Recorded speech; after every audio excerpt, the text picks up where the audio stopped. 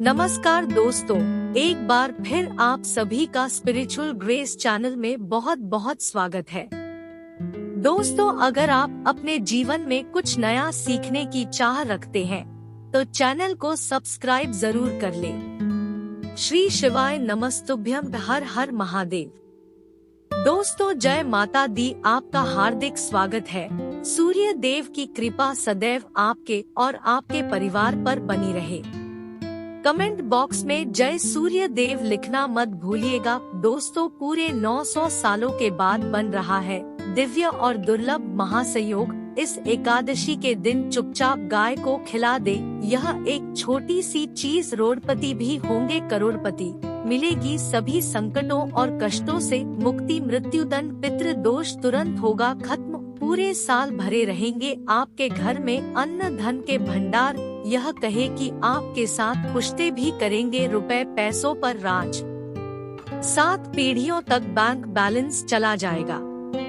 सभी दुख दूर हो जाएंगे और सुख आपके कदमों में आ जाएंगे। सुख आपके कदम चूमेंगे। बस चुपचाप गाय को खिला देना। ये एक चीज अगर हिंदू धर्म की माने तो ऐसी मान्यता है कि गाय की सेवा अगर निस्वार्थ भाव से की जाए तो घर में लक्ष्मी का वास होता है। वैसे तो युगों से चला आ रहा है कि गाय को हम कुछ न कुछ खिलाते जरूर है। गाय को सनातन धर्म में लक्ष्मी स्वरूप भी माना गया है। कहा जाता है कि गाय की सेवा करने से घर परिवार सुखी और संपन्न रहता है। जिस घर में गाय की सेवा निस्वार्थ भाव से होती है उस घर में लक्ष्मी जी की कृपा हमेशा बनी रहती है। और जिस घर में गाय की सेवा नहीं होती, अचानक से किसी भी प्रकार की वहाँ पर विघ्न बाधाएं आती रहती है। वैसे तो कुछ लोग शहरों में भी रहते हैं, महानगरों में रहते हैं, तो वहाँ पर गाय पालना संभव ही नहीं है। लेकिन गाय को वहाँ पर भी रोटी जरूर खिलाई जाती है। लेकिन कई बार गाय को खिलाने में कुछ भूल हो जाती है। तो कौन सी वो 3 चीजें हैं जो गाय को नहीं खिलानी चाहिए, आज हम आपसे इस वीडियो में साझा करेंगे। लेकिन दोस्तों, उससे पहले आपसे रिक्वेस्ट करते हैं कि वीडियो को लाइक जरूर करिएगा, दोस्तों को शेयर कर दीजिएगा। और अगर आपने अभी तक चैनल को सब्सक्राइब नहीं किया है तो चैनल को सब्सक्राइब कर दीजिएगा। दोस्तों, गाय के अंदर सभी देवी देवताओं का निवास माना जाता है। तो आप सुबह जो पहली रोटी बनाते हैं वो अगर गाय को खिलाते हैं तो देवी देवताओं का आशीर्वाद मिलता है। गाय को गुरु के साथ जोड़ा गया है, यानी गुरु ग्रह के साथ, बृहस्पति ग्रह के साथ। इसलिए गुरुवार के दिन गाय को रोटी पर एक चुटकी हल्दी डालकर खिलाए तो सुख संपत्ति धन ऐश्वर्य बढ़ता है। दुष्ट ग्रह शांत हो जाते हैं। जो लोग मानसिक रूप से परेशान हैं, वो गाय को रोटी पर थोड़ा सा गुड़ रखकर खिलाएं तो सकारात्मक ऊर्जा आती है, टेंशन खत्म होती है, स्वास्थ्य अच्छा रहता है। और अगर आपको लगता है कि आपके सभी ग्रह खराब है तो ऐसे में गाय को पहली रोटी रोज खिलाएं। सभी ग्रह धीरे धीरे शुभ हो जाएंगे। कभी कभी जीवन में लंबे समय से कोई शुभ मंगल कार्य नहीं हो रहे होते हैं, तब ऐसे में आप गाय को रोटी खिलाएं। गाय के मस्तक को छूकर अपनी मन्नत कहे, प्रणाम करें, पैर छुए तो आपकी मन्नत जरूर पूरी होगी। तो ये था गाय को आप क्या खिलाएं उसके बारे में। लेकिन गाय को क्या नहीं खिलाना चाहिए, अब हम वो जानते हैं। गाय को रोटी तो हर कोई खिलाता है। अब ये रोटी बासी बिल्कुल भी नहीं होनी चाहिए, यानी कि एक दिन पहले की जो रोटी बनी रहती है और आप दूसरे दिन सुबह सुबह खिला देते हैं, वो नहीं खिलानी चाहिए। कई बार आप रोटी बना लेते हैं और उस दिन गाय मिलते नहीं तो रोटी रखी रह जाती है। फिर वो अगले दिन गाय को खिलाने से गाय का अपमान माना जाता है। वो रोटी बासी कहलाती है। इसलिए गाय को एक दिन पहले की बची हुई रोटी कभी नहीं खिलानी चाहिए। सड़ी गली चीजें, खराब चीजें गाय को मत खिलाइए, इससे घर में परेशानी आती है। अगर आप ऐसा करते हैं तो अपनी आदत को बदल दीजिए, क्योंकि इससे घर में तकलीफ आती है।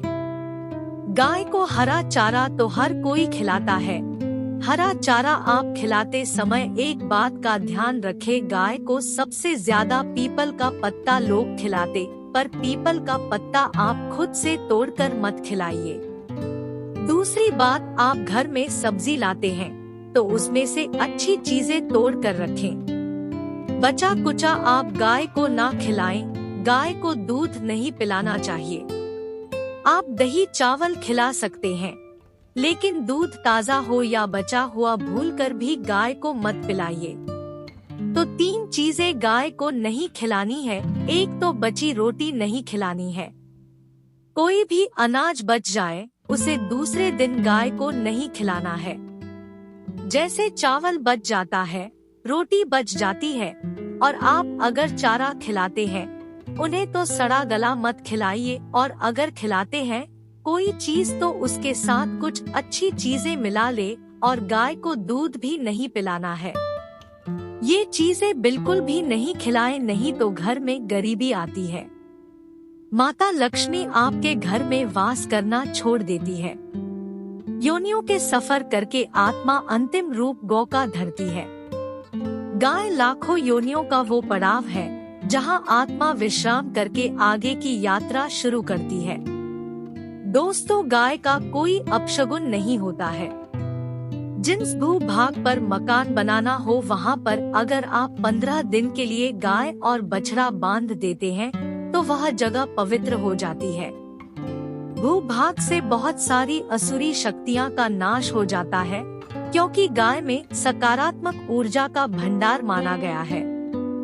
गाय का मार्ग रोकना, अगर आप कहीं भी जा रहे हैं और गाय माता आपका मार्ग रोक दे तो ये बहुत ही शुभ माना जाता है। गाय और बछड़े का दर्शन एक साथ आपको हो जाए तो आपकी सफलता का प्रतीक माना जाता है। गाय अगर आपके घर के आसपास गोल घूमती रहती है तो इसका मतलब है कि आपके घर से काफी सारे संकट अपने आप ही दूर होने वाले हैं और समृद्धि पूर्वक जीवन आपको मिलता है। गाय के समीप आप अगर जाते हैं तो संक्रामक रोग, कफ, खांसी, सर्दी, जुकाम आदि का अपने आप ही बिना दवाइयों के भी नाश हो जाता है। अगर आपको गाय अचानक से पूंछ मार देती है तो ये बहुत ही शुभ संकेत माना गया है, और काली चितकबरी गाय का ऐसा करना तो और भी ज्यादा शुभ माना गया है। पंचगव्य जो होते हैं वह कई रोगों में लाभदायक है। पंचगव्य क्या होते हैं? गाय के दूध, दही, घी, मूत्र और गोबर, इन सभी को शरीर की रोग निरोधक क्षमता को बढ़ाकर रोगों को दूर करने वाला माना गया है। ऐसा कोई रोग नहीं है जिसका इलाज पंचगव्य से नहीं किया जा सकता। दोस्तों, आज के समय में लोग गौमाता की पूजा करने के बजाय, उनका सही उपयोग करने के बजाय उनको काट कर मार कर खाना ज्यादा पसंद करते हैं। बुरा लगेगा शायद, पर यह सच है। और गाय को रोटी देने से न केवल सुख समृद्धि की प्राप्ति होती है बल्कि बरकत भी होने लगती है। अगर आप गौ को पाल सके तो अच्छी बात, लेकिन आज के मॉडर्न युग में जहां लोगों की शायद खुद की घर में रहने की जगह नहीं है, ऐसे में गौ को रखना थोड़ा कठिन और महंगा हो सकता है। ऐसे में आप गौ को रोटी दें। कम से कम रोटी दे करके आप सुख समृद्धि को प्राप्त कर सकते हैं। आपके घर में बरकत होने लगती है। हमारे बुजुर्ग हमेशा से कहते आए हैं कि गाय को रोटी खिलानी चाहिए, लेकिन समय स्थिति के चलते गाय की सेवा हर कोई नहीं कर पाता।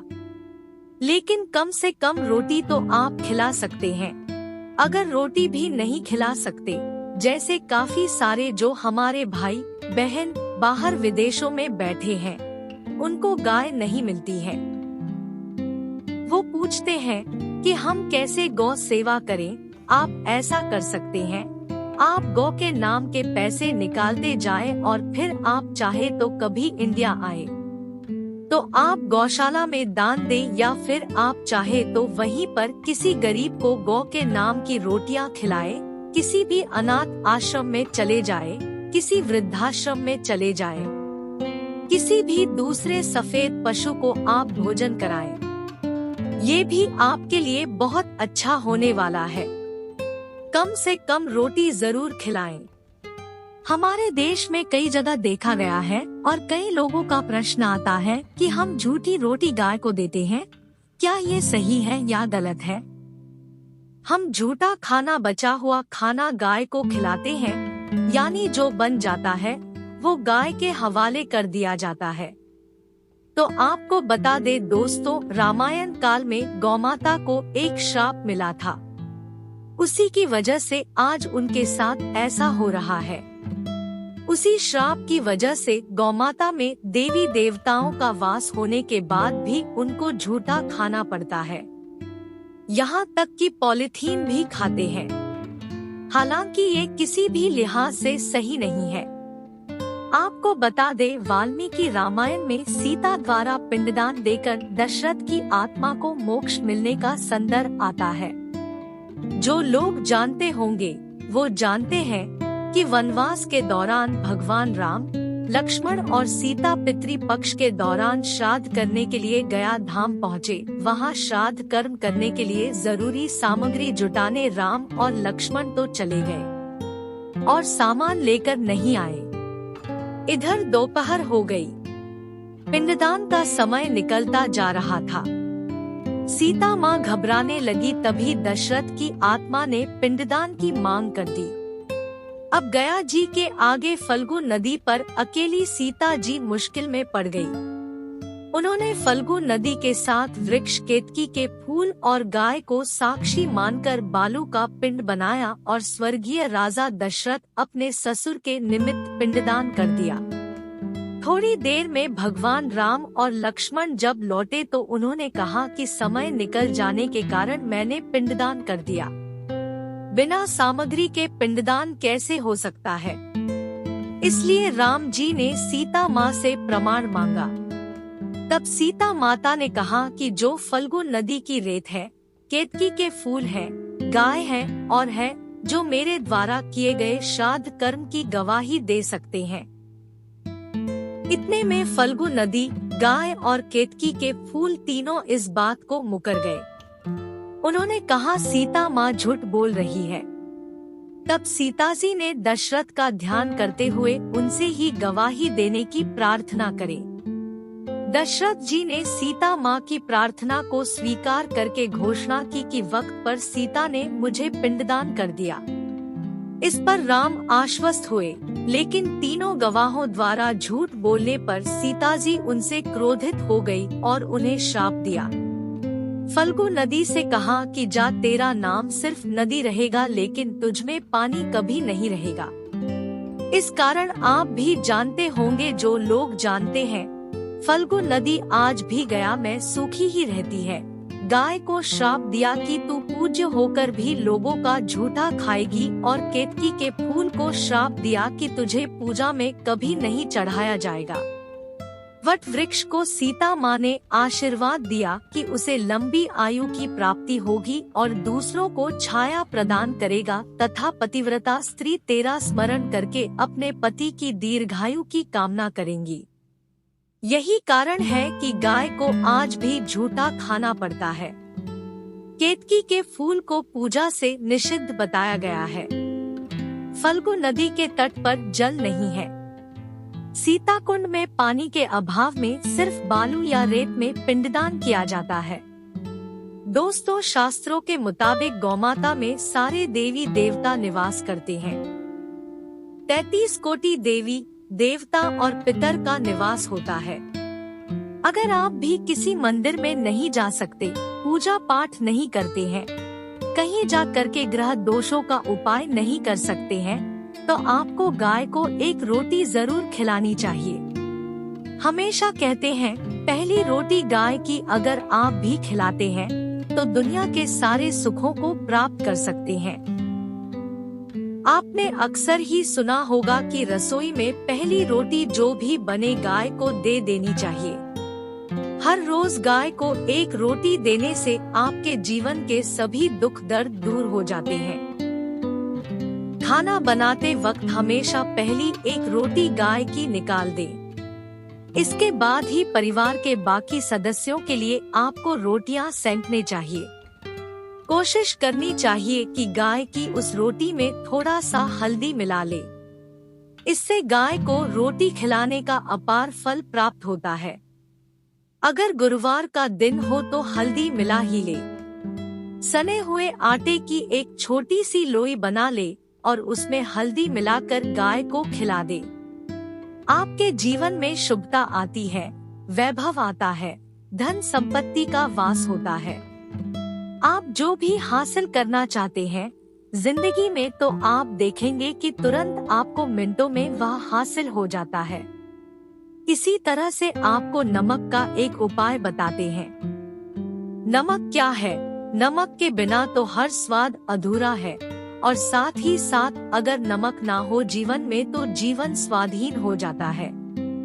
जितना हम खाने में नमक को इम्पोर्टेंट मानते हैं, उतना ही ज्योतिष में नमक को इम्पोर्टेंट ही माना जाता है और इसे कर्ज की वस्तु माना गया है। किसी का नमक खाने का अर्थ उसका कर्जदार होना। आपने सुना ही होगा, नमक का कर्ज अदा करना है। इसलिए अगर आप जीवन को सुगम बनाना चाहते हैं, सरल बनाना चाहते हैं, तो नमक का एक आसान सा प्रयोग आपको आज हम बताएंगे। आप देखिए कि कितने आपको पॉजिटिव परिणाम मिलते हैं, और इतना आसान है कि इसके लिए आपको अतिरिक्त मशक्कत करने की कोई जरूरत नहीं है। सिर्फ आपको अपने घर में बनी सबसे पहली रोटी लेनी है और उस पर थोड़ा सा नमक रख दें। अब आप पूछेंगे कौन सा नमक रखे, तो सबसे बेस्ट है आप ज्यादा नमक, ढेली वाला नमक, सस्ता नमक जो भी है वो रखें। काला नमक नहीं रखना है, आपको सफेद नमक ही रखना है। तो नमक रख ले और फिर इस रोटी को किसी कपिला गाय को आपको दे देनी है। कपिला गाय यानी सफेद रंग की गाय को आपको खिला देना है।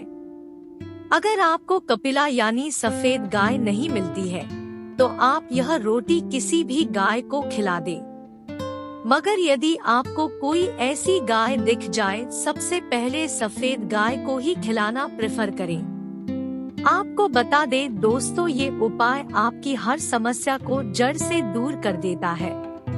चाहे आपके घर में कोई बड़ी कलह हो, कोई पारिवारिक वाद विवाद हो, इस उपाय को करके आपके घर में सुख का वास होने लगता है। जो भी धन की कमी हो, बच्चों की पढ़ाई हो, कैरियर में सफलता हो, सभी मुश्किलें आपके जीवन की दूर होने लगती है।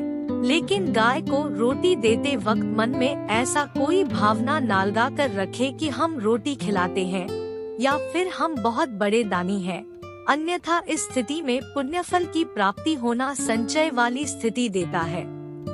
गाय को रोटी खिलाने से नियम से बरकत के अलावा आप देखेंगे धन संपत्ति में दिनों दिन बढ़ोतरी होने लगती है और आपके घर के ग्रह दोषों से आपको मुक्ति मिलती है।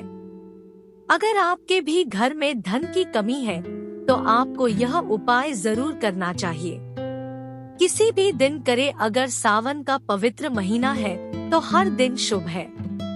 आप जिस दिन चाहे उस दिन से कर सकते हैं और आप देखेंगे इस उपाय को करने से आपके घर से धन की कमी बिल्कुल झट से दूर हो जाती है। तो यह उपाय आप जरूर कर लीजिए। उम्मीद करते हैं आपको जानकारी पसंद आई होगी। ऐसे ही धार्मिक जानकारी दिलाने वाले वीडियो देखने के लिए चैनल को सब्सक्राइब करें। स्पिरिचुअल ग्रेस में जितने भी भाई बहन मेरी आवाज पहली बार सुन रहे हैं, चैनल को सब्सक्राइब करिएगा, उपाय को करिएगा, आपको बहुत बेनिफिट होगा। दोस्तों, आज के लिए बस इतना ही। मिलते हैं एक और ज्ञानवर्धक वीडियो के साथ। जय सूर्य देव, ओम नमः शिवाय, जय महाकाल। धन्यवाद दोस्तों।